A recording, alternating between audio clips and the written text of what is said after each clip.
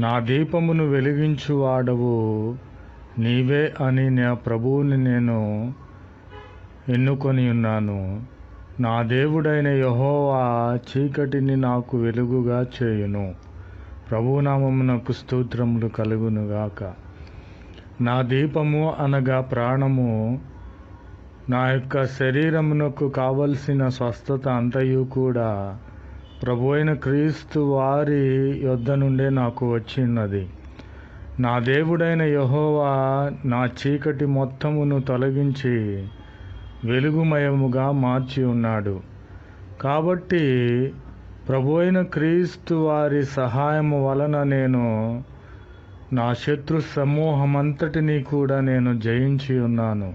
ప్రభునామమునకు స్తోత్రములు కలుగునుగాక. నా దేవుని సహాయము వలన ప్రాకారములను కూడా దాటి ఉన్నాను.